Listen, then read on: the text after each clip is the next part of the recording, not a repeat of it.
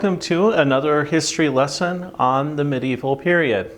Today I'm going to talk about castles.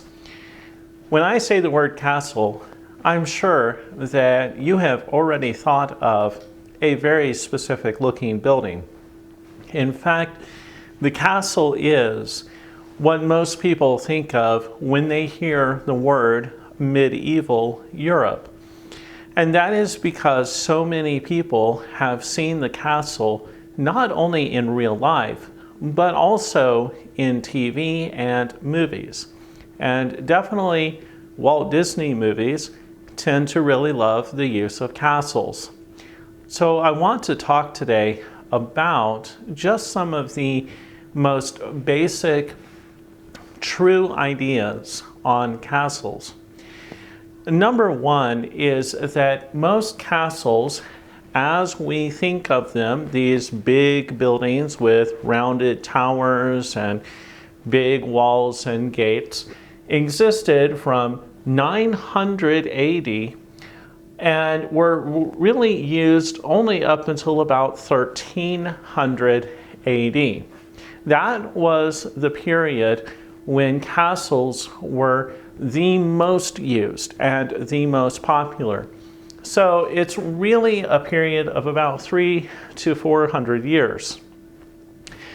Before that time, most dwellings and most of the defense was provided not by a castle, but by a simple hill or mound that had a fence placed around it. And there would be a small building placed on top of that mound in order for people to take shelter and to have a place to go to if they were sick or injured. But most of the time, these were very basic buildings and they did not have many comfortable items that we would think of today. Over time, more buildings were added and the buildings got larger. And one of the typical structures, one of the typical buildings that we see is actually called the manor. And a manor was smaller than a castle, but it was also something that was very strong and could be used in defense of the land. Many castles were actually not made of stone. Many castles were made of wood. Some castles, especially the very early ones, beginning around 700 to 800, were made of various materials like dirt and loose rocks. Sometimes they would pile moss or other, basically what we call organic material, and put these together.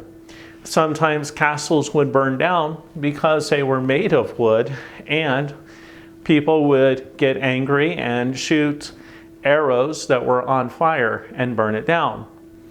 Only if you were a very wealthy noble or king could you afford to build in stone. And these buildings, these castles, took many years to build. They were not built very rapidly. Some of them could be built over 2 or 3 lifetimes of kings or nobles. And that is also a very important point. Castles were generally only built by kings and nobles. They were not built by knights, and they were not built by serfs. We talked about feudalism in the last lesson, and it's very important to understand that one of the privileges that was kept only for the nobles and the king was the ability to build a castle. This is what has come to be known in English as a status symbol. And I'd like you to look up that phrase, status symbol, and write on what that means to you. It has changed in our modern world, but it still has some of the original idea then only people of a certain wealth or class are able to have these particular items. Castles were not built in places where they were not needed. Castles were built in very specific locations. So a castle would guard a very important mountain pass where an enemy might come into their country. They would build a castle next to rivers that were very important for water supply. They might also build it near a field or some other food resource. And a lot of times they were specifically built to guard towns and villages.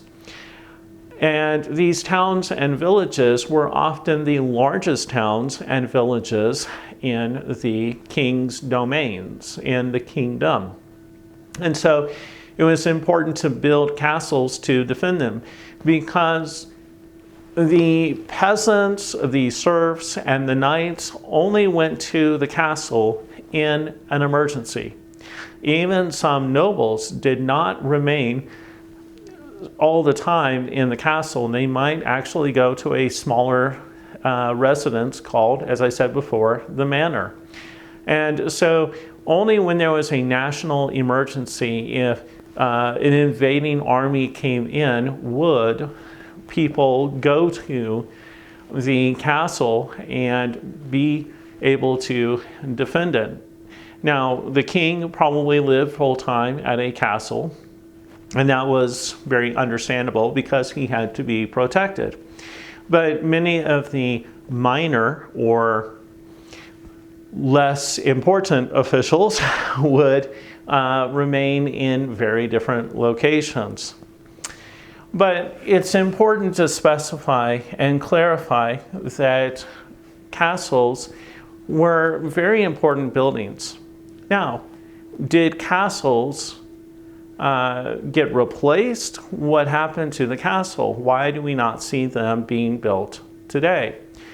Well, what began to change the castle and what made the castle more ceremonial and something for special occasions was the invention of the cannon.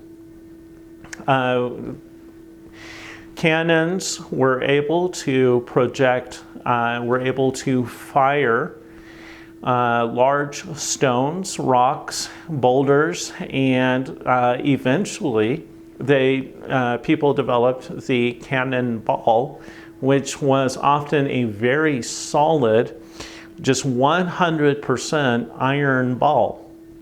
And these balls and these rocks were able to penetrate or break the walls of the castle, and did that very quickly, much more quickly than methods that were used in prior times. So the castle began to not be built as much as it had been before, and many kings had to rethink their strategy or how they were going to fight. Now, some battles during the medieval period did take place in open fields, but the majority of battles took place at the castle. But as the castle began to become what we use in English, we use a word called obsolete. It became unuseful. And so once again, kings would retreat or go away from their castles and fight the enemy in the open fields and open ground. Thank you for your attention.